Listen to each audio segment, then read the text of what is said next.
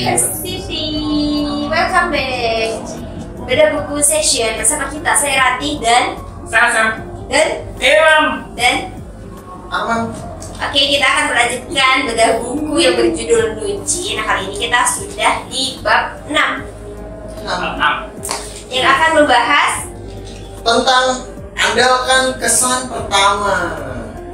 Oke, bagaimana sih Nunci itu berpengaruh terhadap kesan pertama seseorang atau kesan pertama pada situasi tertentu?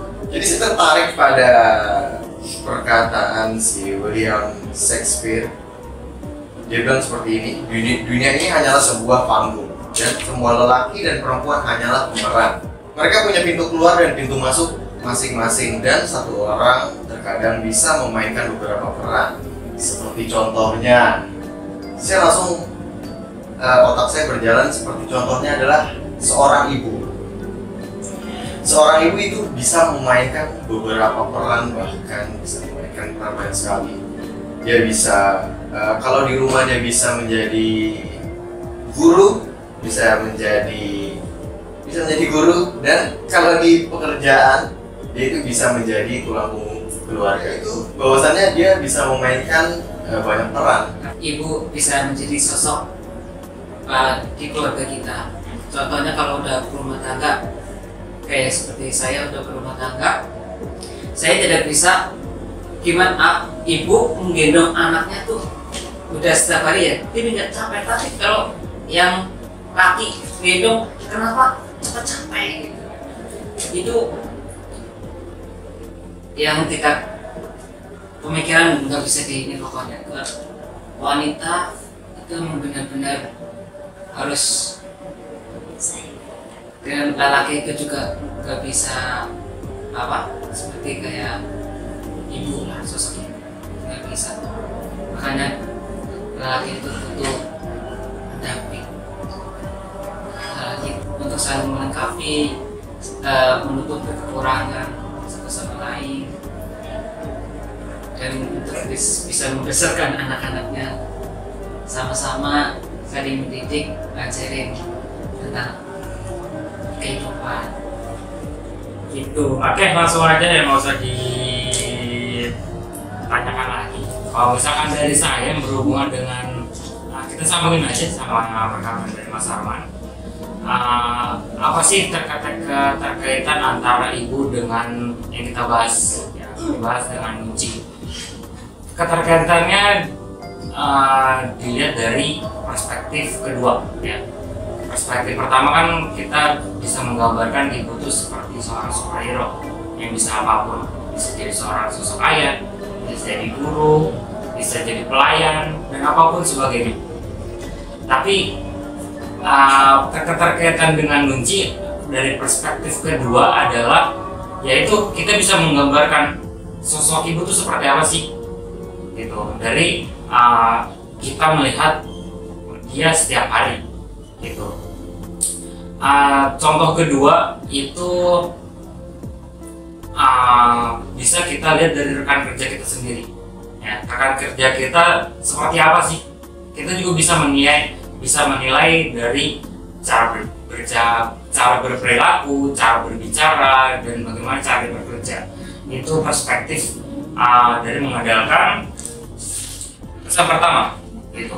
Atau bahkan kita misalkan kita jalan ke luar negeri, misalkan kita jalan ke Korea, kita bertemu dengan orang, kita menyapa dia, kita pun bisa mengetahui orang itu tuh seperti apa sih dengan kesan pertama yang kita dapatkan di pertemuan pertama. Oke, andalkan kesan pertama. Bagaimana kalau ternyata kesan pertama kita itu nggak sesuai? Jadi Nunci kita salah, rasakan kita salah. Kalau misalkan di buku ini dia bilang poin pertama itu adalah kosongkan perspektif kita terhadap orang lain. Kita nggak tahu nih yang kita ketemuin itu seperti apa. Ya, makanya kita kosongkan dulu. Kita tuh jangan berekspert lebih tentang orang itu. Kita kosongin dulu, kita cari tahu orang itu seperti apa. Dan kalau misalkan kita udah berapa tuh udah berspekulasi, oh orang itu gini, dan kita pasti bakal ya tidak sesuai dengan apa yang kita harapkan. Kecuali kalau kita kosongin, kita tahu nih, kita ngebaca dia tuh seperti apa, jadi kita bakal tahu dia itu seperti apa gitu dari kesan pertama yang udah kita baca di awal, seperti itu. Oke, berarti kosongkan gelas, kosongkan pikiran, kosongkan prasangka buruk gitu ya, untuk kita menilai lebih jernih bagaimana sih kesan pertama orang ini. Misalnya Mas Arman yang seperti preman, mungkin orang kira, tapi ternyata dia adalah soft boy, siapa kira gitu. Nah itu adalah gak semua orang punya kekuatan kunci itu ya. Tadi juga digambarkan bahwasannya seorang ibu ini berperan untuk banyak peran gitu, bahkan di rumah pun bisa nambel genteng bocor ya kan, perempuan tuh bisa masak, dia bisa nangkep tikus, pokoknya segala-galanya seorang perempuan itu bisa, karena memang hakikatnya wanita itu diciptakan untuk bisa untuk multitasking, tidak seperti laki-laki. Intinya wanita itu selalu suka segala. Iya, betul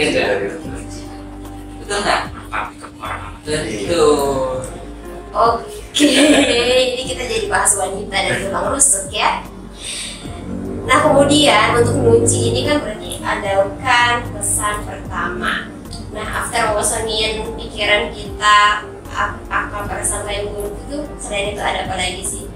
Supaya kesan pertama yang kita ciptakan atau apa ya, kita pikirkan ke orang lain itu ya kosong gitu, karena gak mudah loh. Kayak misalnya ada orang bertato pasti spekulasi kita kayak narkoba nih gitu. Tapi kalau menurut orang menilai orang dari tato itu termasuk ngejudge Nggak boleh. ngejudge kan? Ya kan biasanya penampilan itu menggambarkan isi hati rata-rata. Kalau menggambarkan kan belum tentu ya orang yang bertato. Belum tentu orang yang bertato itu nggak sesuai apa, jelek buruk enggak. Belum tentu. Terkadang gini, Cuma kita udah ngejudge aja jelek gitu. terkadang ada contoh gini, Stereotype deh. ada contoh gini, kita ngelihatnya orang ini dia tuh mukanya loyo, lesu, muka ngantuk, badannya kurus, kita udah ngejudge-nya, wah ini orang ini Wah, padahal kita nggak tahu nih, ini orang itu badan mukanya lesu, loyo, muka ngantuk, badan kurus, itu karena habis ngapain. Kadang ada beberapa yang memang kerjaan dia tuh super duper padat, yang mengharuskan dia nggak tidurnya kurang makan juga karena nggak ada waktu, makanya tubuhnya kurus, mukanya lesu, loyo, lemas gitu. Jadi kita tuh nggak bisa secara gamblang langsung orang mau ganti, orang yang mau ganti, soalnya nggak boleh sih saya. Ini digerondok. Kita yang berbuka aja deh doang nih. Nah, ya sih. Itu prasangka buruk ya sebenarnya. Kan kalau kunci ini kayak lebih pakai perasaan kita yang murni, pakai empati, melihat kondisi dan situasi. Itu sih. Tadi. Ibarat kata contohnya gini, anak baru lahir, tapi itu kita udah ngejudge, orang gitu aja. Ini anak gedenya udah jadi remaja ini. bisa gitu. Makanya kan di Nunci ini kan diajarkan untuk percaya pada kesan pertama. Oh. Seperti ya benar tadi tidak berekspektasi tinggi terhadap seseorang, ya percaya aja bahwasannya kita menjumpai seseorang terus kita tanya-tanya ini percaya aja bahwasannya apa yang dia bicarakan itu adalah hal-hal baik yang akan terjadi. Berarti dua itu ya tadi, kosongkan pikiran dan prasangka buruk, terus percaya. Yang ketiga apa lagi? Tidak perlu membuktikan kepada siapapun bahwa Anda telah mendapatkan hak untuk memutuskan sendiri siapa yang dipercaya dan tidak dipercaya. Maksudnya gimana? Itu yang kamu yang bisa memutuskan sendiri. Kamu mau percaya atau tidak, urusan kamu. Kamu yang bisa menilai. Karena apa? Kekuatan data tidak pasti kayak misalkan di kerjaan. Kita pasti kalah kalau Makanya kita nggak serta-merta hanya mengumpulkan data saja, tapi kita harus melihat situasi, sikon, dan bisa jangan langsung mengambil kesimpulan bahwasanya itu tidak baik. Yaitu jadi percaya atau tidak percaya itu per orang. Jadi urusan lu gitu. Ya, urusan ini kamu. lebih kita kalau ke orang sih ya, lu mau percaya gua atau enggak ya terserah lu. Kan banyak orang yang nggak percaya, aku mau gini, aku mau percaya lu ya urusan kamu gitu. Terserah, ya udah kan ibarat ya terserah kamu mau percaya atau tidak. Sebenarnya saya tidak merugikan gitu. Nambahin. Terkadang ya percaya atau nggak percaya sama omongan orang, kita bisa menggambar sendiri sih.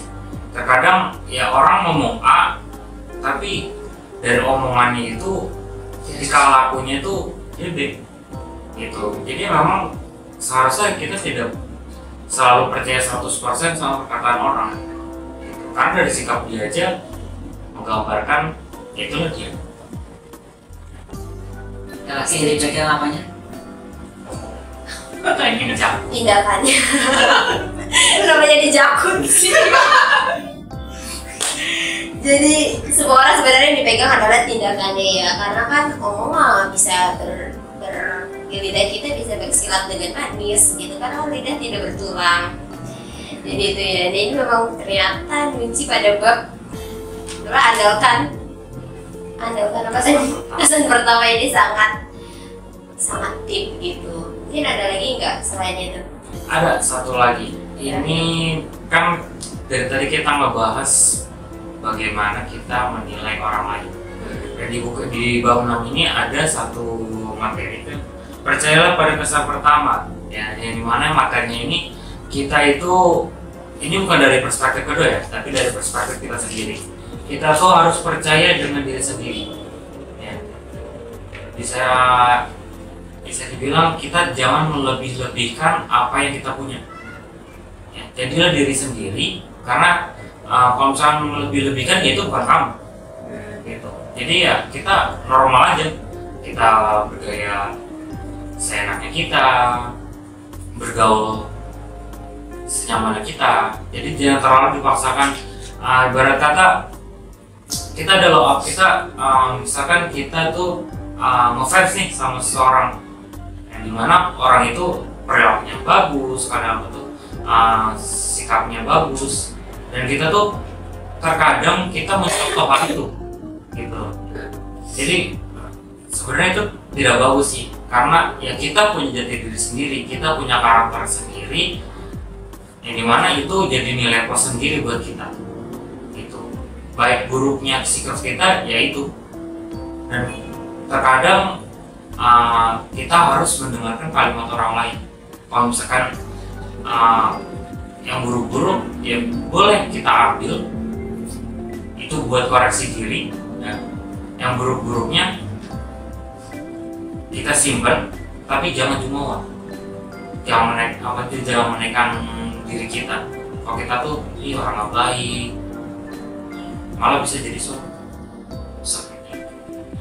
Oke, poin terakhir adalah be yourself. Tadi kita harus menampilkan apa yang memang kita gitu, yang kita kalaupun memang ditemui hal-hal buruk, ya nggak serta-merta kita nggak memperbaiki sih, tetap harus diperbaiki.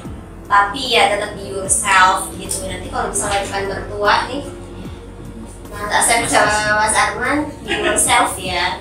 Kan biasa kalau mertua mah, gue biar diterima menjadi mantu, gue harus baik-baikin nih. Baik-baikin, beri martabak. Nima. Gak apa-apa, itu mah biar minum. Emang harus dilakuin masih kalau sama laki-laki. Sesekali nggak apa-apa, tapi Nah oke, ini pada andalkan kesan pertama pada bab 6 ini sangat membuktikan bahwasanya Nunci ini sangat berkaitan eratnya sama hubungan kita, nah, sama teman main, teman kerja, calon mertua. Jadi memang kita harus mempunyai rasa, bukan rasa ini, Nunci ini sebagai value hidup kita gitu. Mungkin ada penutup lagi nggak sebelum kita tutup? Oke. dari Mang Imam. Saya baca ya, nunci merupakan penawar racun kebodohan. Ya, karena nunci meminta Anda untuk sadar akan berbagai prasangka Anda sepanjang waktu. Ya, jadi sadar bahwasanya tuh kamu harus berprasangka yang positif sama orang. Ya, itu aja. Terus saya mau nanya nih Pak Imam. Apa deh? Oh, kita nggak jadi closing lagi, masih panjang. Masih banyak sih. Oke. Gimana kalau Pak Imam menemukan orang yang belum sadar, apa dia dinasehatin, apa dia dikasih buku nunci itu? Nggak perlu dikasih. Kita kasih paham aja, kita sebagai umat muslim kan harus saling mengingatkan di dalam itu salah kita tegur. Kalau bisa tegur, kalaupun nggak bisa negur kita doakan. Kalau misalkan nggak mau negur, ya kita doakan aja mudah-mudahan dapat hidayah. Gitu aja. Kadang kan udah ditegur, udah dikasih tahu, dia malah melunjak karena belum dapat hidayah. Ya udah, mau gimana lagi? Ya udah kita doakan saja. Mudah-mudahan dapat ada perubahan. Gitu aja. Kalau saya simpel. Jadi oke, closing statement adalah nunci bermanfaat untuk dunia dan akhirat. Oke teman-teman semuanya, terima kasih sudah menyaksikan bab 6 kali ini. Semoga bermanfaat juga untuk teman-teman semuanya dan kita semua bisa mengaplikasikannya, karena percuma kita belajar tapi tidak mengaplikasikannya dan juga nge-share untuk teman-teman kita. Sampai jumpa